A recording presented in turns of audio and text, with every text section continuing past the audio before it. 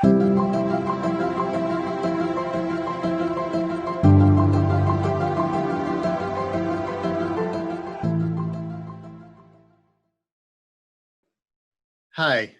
I'm Nate Bernath from William Vaughn Company, and I'm back.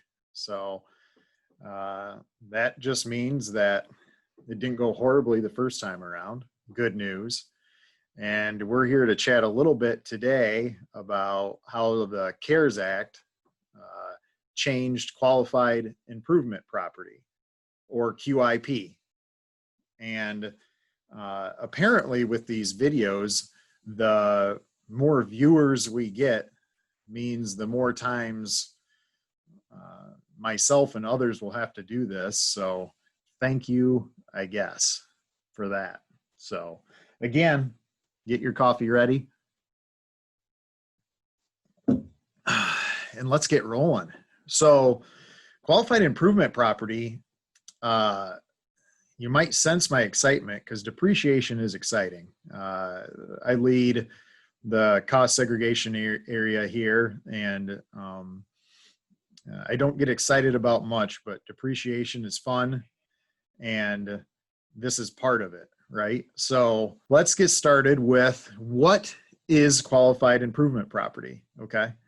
So qualified improvement property is it's really non-residential real property, right? So think commercial property, and it's an improvement, hence the name qualified improvement property, made by the taxpayer to an interior portion of that non-residential building. Okay. Now the building has to be first placed in service before these improvements would qualify. And first place in service is, pretty lenient.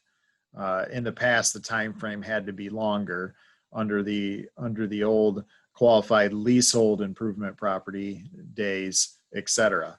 However, now it just has to be first placed in service. So again, get that building placed in service, meet that test, and then what you have is the opportunity for qualified improvements. So the interior portion really would include a lot of things, right? Which again, that's what makes this fun. It's for a lot of items. And the best way to explain it is what it's not, right? So per the usual, we'll go over what it's really not for, and then everything else really could be qualified improvement property, okay? So it's not for the enlargement of the building or the structure. It's not for an elevator or escalator. And it's not for the internal structural framework. And most professionals you'll talk to will leave it at that. And that's fine. But I would ask the question, what is the internal structural framework? And it's a great question. And really the definition of that is the load-bearing internal walls and any other internal structural supports that are essential to the stability. And so if it doesn't do that, if it's not for the load-bearing internal walls and it's not for supports, and it's not for the stability of the building, then it could be qualified improvement property, which is just utterly great. It's a lot of things. So qualified improvement property was originally established to clear up some of the categories that had been out there over the years. There's qualified restaurant property, qualified leasehold improvement property, and it combined these categories, and what came about was qualified improvement property with a nice general definition. And the problem with that was they forgot to change the recovery period from 39 to 15. Okay.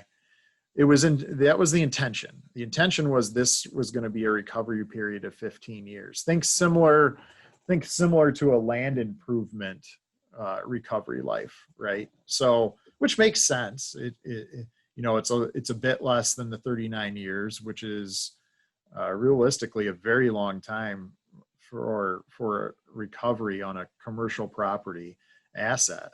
That 15 makes more sense from that standpoint. And then what it does is it throws it into the bucket that's eligible for bonus depreciation. This change was huge in that sense. So to fix this, and they called it a glitch because it truly was a glitch.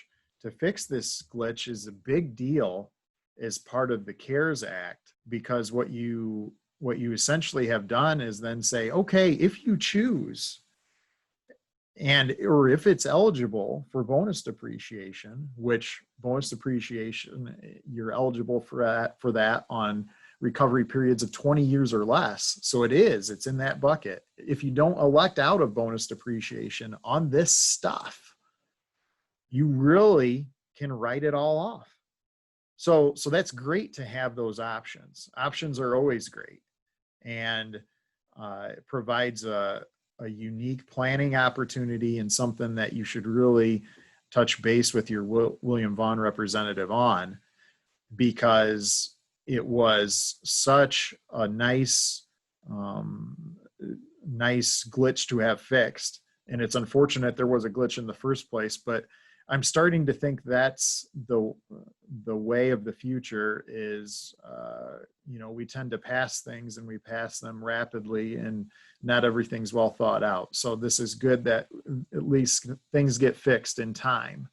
And what you'll find is it's retroactive back to January 1st of 2018. So you can do a couple things, because you might say, well, I would like to take advantage of items during 18 and 19. And great thought. We would recommend it as well. Let's look at those years. Again, reach out to your CPA.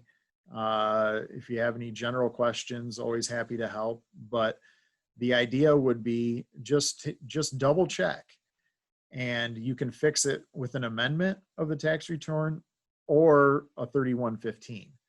Now, I would tend to recommend the 3115, which is just a form that essentially says you're changing your accounting method. Well, that sounds serious.